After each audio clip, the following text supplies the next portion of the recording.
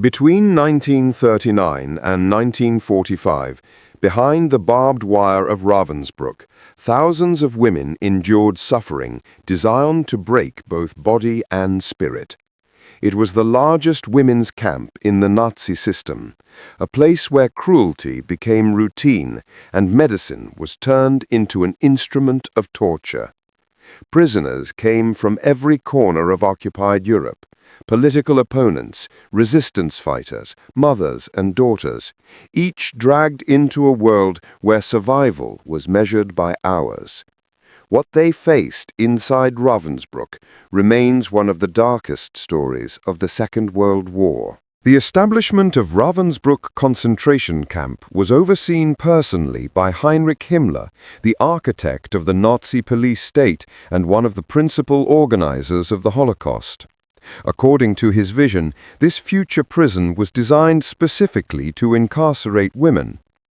During their imprisonment, these women would be forced into labor at textile production facilities within the camp compound, primarily engaged in manufacturing clothing for other prisoners. The barracks that would house the first groups of detainees were completed and commissioned in May 1939. The initial capacity was calculated for 6,000 prisoners. In these early months, the camp population consisted exclusively of German women, political prisoners, those deemed socially undesirable, and others targeted by the Nazi regime's expanding web of persecution. However, the outbreak of war and Germany's military expansion across Europe created an immediate need for additional prison capacity. From among the existing prisoner population, approximately 900 women were selected to construct additional barracks and military quarters for the guards. The number of detainees increased rapidly as new structures were completed and put into operation. No longer were these prisoners solely German nationals. Women of various nationalities began arriving in large numbers, transported from occupied territories across Europe. The camp evolved from a single facility into an extensive network consisting of transit camps, forced labor installations, extermination facilities, and numerous satellite camps. By 1943, the prisoner population had exceeded 10,000. Within another year, it had surpassed 15,000. Though the vast majority of inmates remained women throughout the camp's existence, the Nazi administration eventually created specialized barracks to house men and children as well. As the prisoner population swelled, conditions deteriorated steadily, and the treatment of inmates grew progressively more brutal. Every new arrival at Ravensbrück faced a deliberate process of dehumanization that began the moment they entered the camp gates. Prisoners were immediately marched into the courtyard for initial inspection, regardless of weather conditions. There they were ordered to remove all clothing in full view of the guards and other personnel. The supposed medical examination that followed was conducted with deliberate roughness and cruelty. Particularly the grading with the gynecological examinations, performed without any consideration for the dignity or physical well-being of the women. The examining physicians showed no gentleness during these procedures, deliberately causing pain and psychological trauma. This initial brutalization served a calculated purpose: to break the spirit of new arrivals and establish absolute dominance from the first moments of captivity. After processing and assignment to barracks, prisoners entered the harsh routine of camp life. Each morning began at 4 o'clock, when women were roused from their bunks.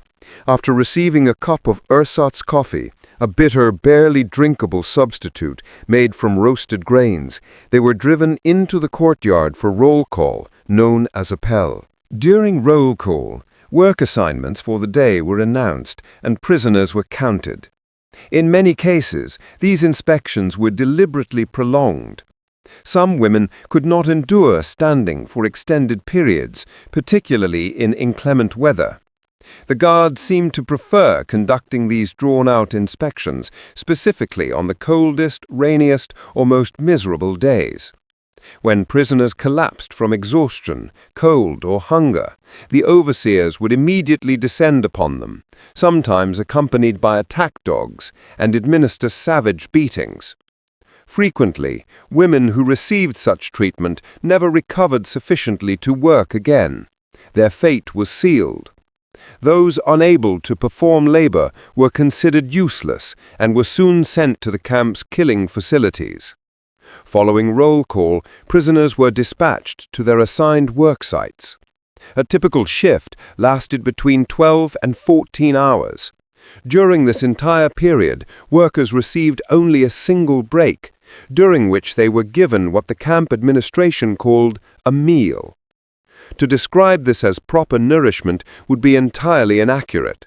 Each laborer received a bowl containing approximately half a liter of thin liquid, essentially water with potato peelings floating in it, which bore the name soup but provided virtually no nutritional value. Those assigned to night shifts worked continuously without any breaks or food whatsoever. Beyond the mandatory inspections at the beginning and end of each day, additional surprise checks occurred regularly. These included examinations of prisoners' appearance. Despite the fact that clothing was issued only upon arrival and never replaced, regulations demanded that uniforms remain clean and presentable at all times. Women found with dirty footwear or torn garments faced supplementary punishments: flogging with whips, confinement in punishment cells, and deprivation of the evening ration, the one additional portion of food that might have sustained life. All of these systematic abuses served a purpose that extended beyond mere physical punishment. The true objective was psychological destruction. Beaten down and mentally crushed, the prisoners became more compliant and easier to control. Both the camp commandant and the guards understood this principle perfectly. The overseers themselves had been carefully selected and trained through a specialized program designed to prepare personnel for work in concentration camps. Their primary responsibility was strict enforcement of conditions deliberately crafted to be unbearable. By all accounts, they excelled at this task. The guards who staffed Ravensbrück represented a cross-section of Nazi Germany's most dedicated adherents to the regime's ideology. Some were true believers in National Socialist principles. Others were simply sadists who found an outlet for their cruelty within the camp's walls. Together, they created an atmosphere of constant terror and unpredictability that kept prisoners in a perpetual state of fear and anxiety. The true nightmare for Ravensbrück's prisoners began when a specialized medical complex opened within the camp compound. The personnel at this facility were not engaged in healing or treating the sick. Instead, they conducted barbaric experiments that resulted in the torture and death of countless victims. The primary objective of these physician executioners was to study how the human body responded to various types of injuries and diseases. To achieve this goal, test subjects were deliberately maimed in experiments that almost invariably progressed to fatal conclusions. One of the earliest experimental protocols involved studying the body's reaction to contaminated wounds containing foreign materials. The skin on prisoners' calves was surgically opened. Into these incisions, researchers first introduced pathogenic bacteria to provoke infection, then packed the wounds with wood shavings or fragments of broken glass. This method perfectly replicated the conditions of battlefield injuries sustained by German soldiers. The experimenters then carefully observed the resulting inflammatory processes and tested various treatment methodologies to counteract the infections. That the victims experienced excruciating agony throughout these procedures meant nothing to the researchers. The use of anesthesia during such experiments was strictly forbidden. The doctors wanted to observe pain responses and natural reactions unimpeded by pain relief. Considerable attention was also devoted to studying the endurance capabilities of prisoners. Women were deliberately sorted into groups according to age and physical condition, then forced to perform numerous strenuous exercises.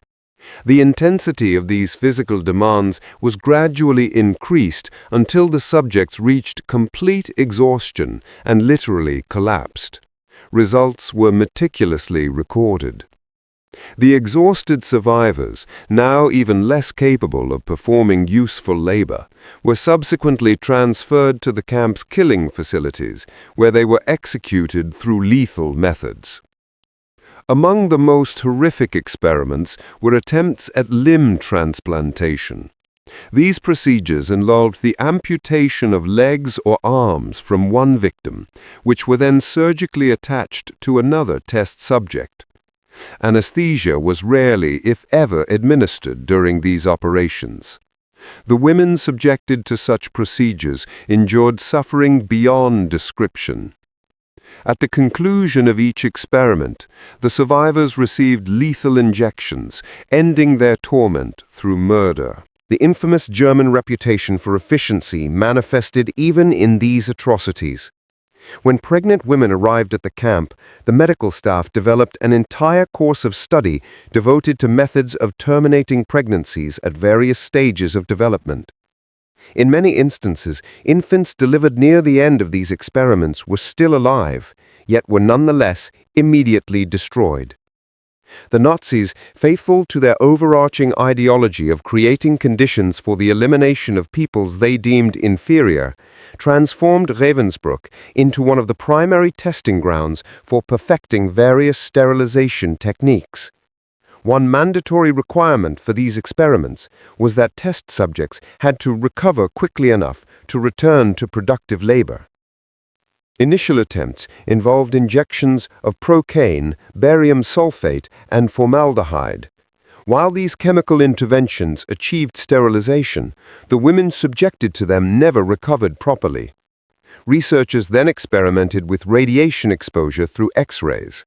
Though this method caused severe internal damage from radiation, it was ultimately deemed more effective from the experimenter's perspective. The procedures described above represent only a partial inventory of the appalling and inhumane experiments conducted at Ravensbrück. Additional research protocols included studies of extreme hypothermia and reanimation techniques, where prisoners were deliberately frozen to study the body's response to severe cold and to test revival methods. These experiments were intended to provide data useful for treating German military personnel exposed to freezing conditions on the Eastern Front. Transplantation experiments involving nervous and muscular tissue, where healthy tissue was removed from one prisoner and implanted in another to observe whether such grafts could survive and function. Testing of various surgical procedures without proper medical justification, conducted solely to train physicians in techniques that might prove useful for treating wounded soldiers. Frequently, camp doctors would simply kill sick prisoners through lethal injections or by administering tablets claimed to be medicine, but which were actually poison. This practice served to eliminate those deemed too ill to recover and return to labor. During its entire period of operation, no fewer than 70,000 human beings perished within Ravensbrück's confines. Of this number, at least 1/4, approximately 17,000 women, died as direct results of the brutal medical experiment. The camp firmly established itself among the facilities with the highest mortality rates in the entire Nazi concentration camp system, exceeded only by Flossenburg in its percentage of prisoner deaths. These numbers, however stark, cannot fully convey the individual tragedies. The mothers separated from children, the sisters torn from families, the young women whose lives were stolen before they truly began. Each figure in these statistics represented a person with hopes, dreams, memories, and loved ones. Each death was a universe of potential extinguished by hatred and ideology. In the closing days of April 1945, disturbing news began reaching Ravensbrück's administrators. The Red Army continued to decisively crush the remaining forces of the Wehrmacht and was advancing rapidly westward. The camp commandant and garrison made no attempt to await the arrival of Soviet soldiers. In a hasty evacuation, approximately 20,000 prisoners were forced on a death march to Molchow, one of Ravensbrück's external satellite facilities. Many perished during this forced march, too weak to complete the journey. Those who reached Molchow were liberated on April 30, 1945, when Soviet forces arrived at that location. Meanwhile, smaller groups of prisoners who had been left behind at the main Ravensbrück complex were discovered by Soviet troops who liberated them shortly thereafter. The liberators found conditions that shocked even battle-hardened soldiers who had witnessed the full horrors of the Eastern Front. Survivors were skeletal, diseased, traumatized beyond measure. Medical personnel accompanying the Soviet forces worked desperately to save as many lives as possible, but for some prisoners, liberation came too late. They succumbed to malnutrition, disease, and the after-effects of years of brutal treatment even after freedom arrived. Following Germany's surrender, Allied forces began the difficult task of documenting the crimes committed at Ravensbrück and other concentration camps. Survivors provided testimony about their experiences, painful recollections that were nonetheless crucial for establishing the historical record and bringing perpetrators to justice. Several of Ravensbrück's administrators, guards, and medical personnel were eventually apprehended and brought before tribunals. Some received death sentences, others were imprisoned. However, many individuals who participated in the camp's atrocities escaped accountability altogether, disappearing into the chaos of post-war Europe or assuming false identities. The medical doctors who conducted experiments at Ravensbrück violated every principle of medical ethics and humanity. Their actions represented a complete perversion of the healing profession, transforming physicians into torturers and executioners. Some of these individuals faced judgment at the Nuremberg doctors' trial and other subsequent proceedings, but the wheels of justice turned slowly and incompletely. Today, the site of Ravensbrück serves as a memorial and museum dedicated to preserving the memory of those who suffered and died there. Visitors can walk through the camp grounds, view historical exhibits, and pay their respects to the victims. The memorial includes sculptures, plaques, and installations created by survivors and artists to ensure that the world never forgets what occurred in this place. Educational programs bring students and visitors from around the globe to learn about Ravensbrück and the broader Holocaust. These programs emphasize not only the historical facts, but also the moral lessons that must be drawn from this chapter of human history. Survivor organizations have worked tirelessly to document individual stories, collect testimonies, and ensure that each victim is remembered as a person, not merely a statistic. Their efforts have preserved thousands of accounts that provide invaluable insight into daily life at Ravensbrück and the resilience of the human spirit, even under unimaginable circumstances. Ravensbrück stands as a stark reminder of what becomes possible when prejudice, hatred, and totalitarian ideology are allowed to flourish unchecked. The camp's history demonstrates how ordinary people can become instruments of extraordinary evil when operating within systems that dehumanize others and absolve individuals of moral responsibility. The women imprisoned at Ravensbrück came from all walks of life. Political activists, members of resistance movements, those classified as racially or socially undesirable by Nazi ideology, and countless others swept up in the machinery of persecution. Their shared experience of suffering transcended national, ethnic, and religious boundaries, united by the common bond of victimhood under a regime that valued ideology above human life. Understanding what happened at Ravensbrück and similar facilities across Nazi-occupied Europe is not merely an exercise in historical study, it represents an essential component of moral education for every generation. The Holocaust did not occur in some distant, incomprehensible past. It happened within living memory, perpetrated by a modern, industrialized European nation. The systematic nature of the cruelty at Ravensbrück, the bureaucratic organization of suffering, the methodical application of abuse, the transformation of medical science into an instrument of torture reveals dark truths about human nature and social structures. It shows how institutions can corrupt individuals, how ideology can override compassion, and how easily the veneer of civilization can be stripped away. Yet Ravensbrück's history also testifies to human resilience, courage, and solidarity. Despite the guards' best efforts to break their spirits, many prisoners maintain their humanity, supporting one another, sharing scarce resources, and preserving hope even in hopeless circumstances. Acts of kindness and resistance occur daily within the camp, small victories of the human spirit over institutionalized cruelty. The responsibility to remember falls upon every generation. As the last survivors of the Holocaust pass away, their testimonies become increasingly precious, final living links to events that must never be forgotten. The memorial at Ravensbrück, along with survivors' accounts and historical scholarship, ensures that these voices continue speaking to future generations, warning them of what humanity must never permit again.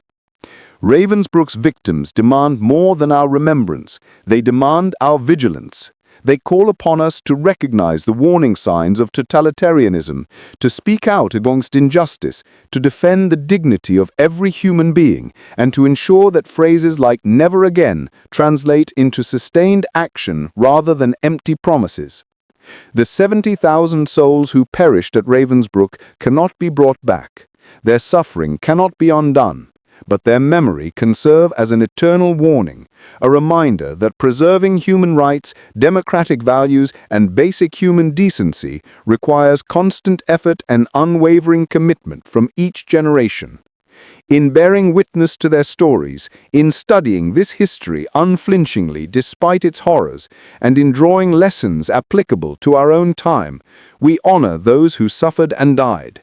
We affirm that their lives had meaning, that their suffering was not in vain, and that from the depths of humanity's darkest chapter, we can extract wisdom that illuminates the path forward toward a more just and compassionate world.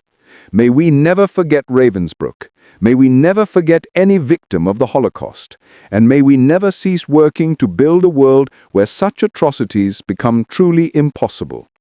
Subscribe to the channel to hear more untold history facts that no one talks about.